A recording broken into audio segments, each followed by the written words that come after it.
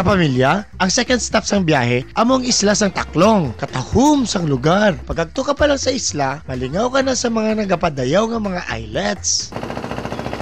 Advice lang kapamilya, kung damo ka mo gagalagaw sa isa ka isla, sakay gid ka mo sa dako nga pump boat. Kay kung hindi, paparehas gid ka mo sa amon nga na-trap sa mga sea urchin. Grabe ka mo, Nay! Kung kami sa Taklong, duga tinaklong kami dito po. Tamo sea urchins. Ano mga sea urchins? Sakit ni matunog ka. Grabe nga mga budlay. May hinay mo nakat, may mga sea urchins ba? Grabe. May nabiktim mo ni Samo, no? Isa na kwanto sa sea urchin. Damo naman gali ang gabisita sa isla sang Taklong. Kay isa sa ginabalik-balikan nila, among white sand kagang matinaw nga tubig.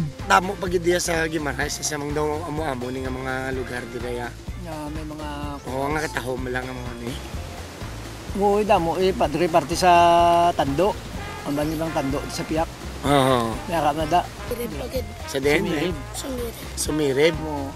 Sa damo gali di. No, doon dito sa tawag nila lang Malingin Island. Subangan sang Unisan na white sand na dam. Oh, grabe damo din no. Oh. Dali lang gid ka pamilya, may gid parar ang stop sang biyahe. Nga isa ka MTB nga para lang gid sa inyo.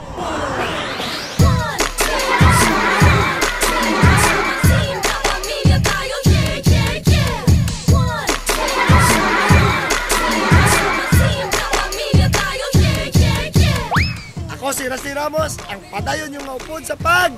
Biyahe!